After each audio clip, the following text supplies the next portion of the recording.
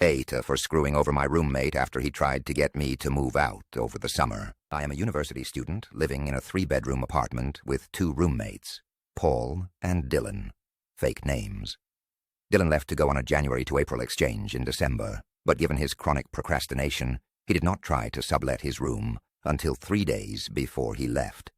And still, midway through March, he hasn't been able to rent out the room. I'm staying in the city over the summer to work while my roommates are not.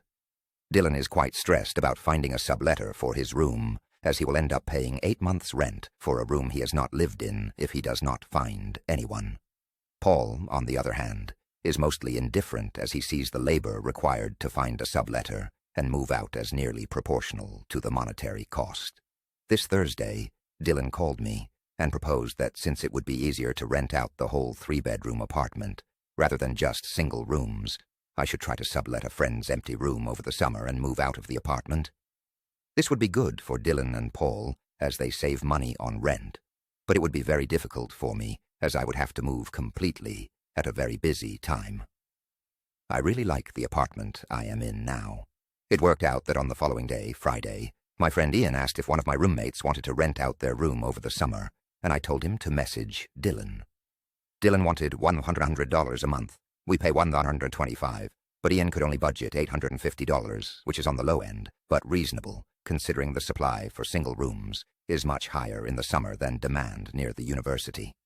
Dylan and Ian were unable to come to an agreement, so I told Ian he should just message Paul, as he would be more amenable to the lower price, and the 2 of them agreed on $850. I did not care who Ian rented from, as either person having a subletter would mean they could not try to form a voting bloc to pressure me out over the summer, and as a bonus, I would have a roommate who I am good friends with.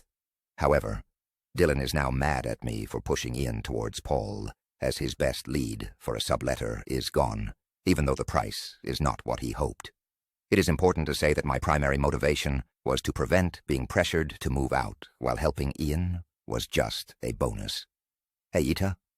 My roommates and I are very fortunate to have parents who can pay for our education, Canadian, and housing.